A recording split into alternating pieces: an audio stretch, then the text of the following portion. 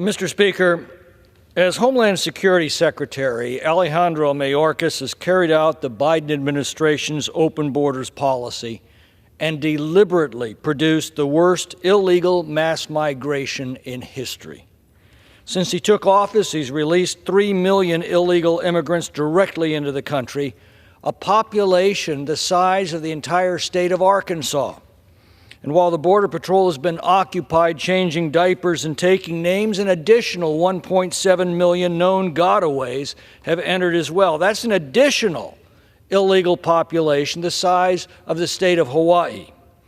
The impact on our schools, hospitals, homeless shelters, working families' wages, social programs, law enforcement, national security has been catastrophic.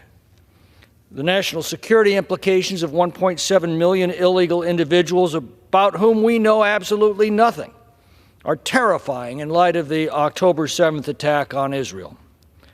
Now, in response, many are demanding Mayorkas' impeachment for, quote, failing to maintain operational control of the border, as Congresswoman Greene's resolution puts it.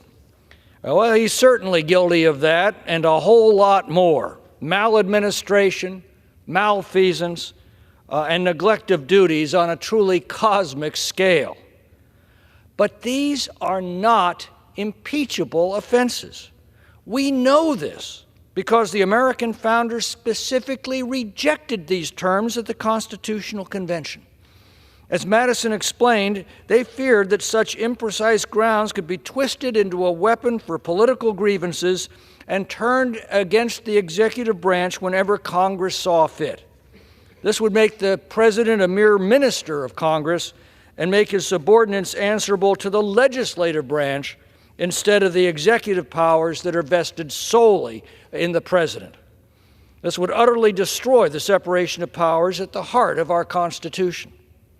They chose instead very specific and limited charges of treason, bribery, or other high crimes and misdemeanors. True, many politicians through the centuries have tried to pervert the term high crimes and misdemeanors into a similarly vague definition. But the founders would not have substituted one vague term for another, and thus we are left with the plain meaning of the phrase: clearly defined crimes related to the duties of the office. If Ms. Greene is successful in redefining impeachment, then the next time Democrats have the majority, we can expect this new definition to be turned against the conservatives on the Supreme Court and any future Republican administration. And there will be nobody to stop them because Republicans will have now signed off on this new and unconstitutional abuse of power. We must never allow the left to become our teachers.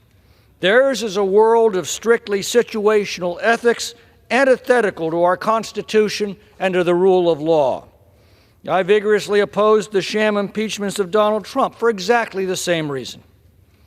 Now, what is the practical effect of impeaching Mayorkas other than assuring that Republicans will have no defense when a future Democrat majority turns this new definition against them?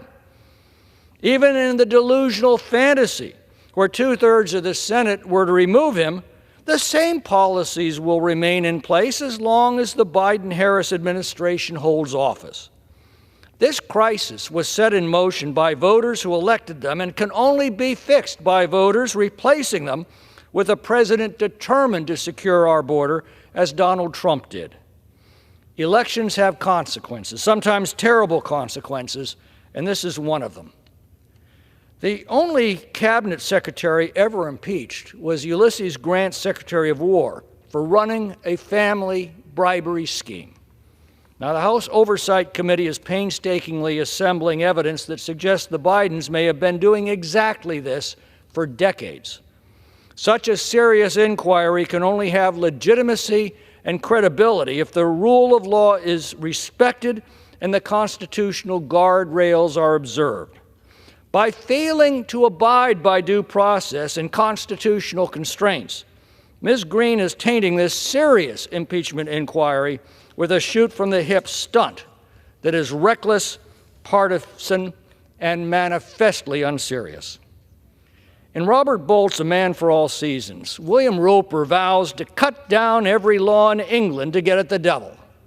And Sir Thomas More replies, oh, and when the last law was down and the devil turned around on you, where would you hide, Roper, the laws all being flat? This country is planted thick with laws from coast to coast, man's laws, not God's. And if you cut them down, and you're just the man to do it, do you really think you could stand upright in the winds that would blow then? Yes, I'd give the devil the benefit of the law for my own safety's sake. The gentleman's time has expired. Thank you.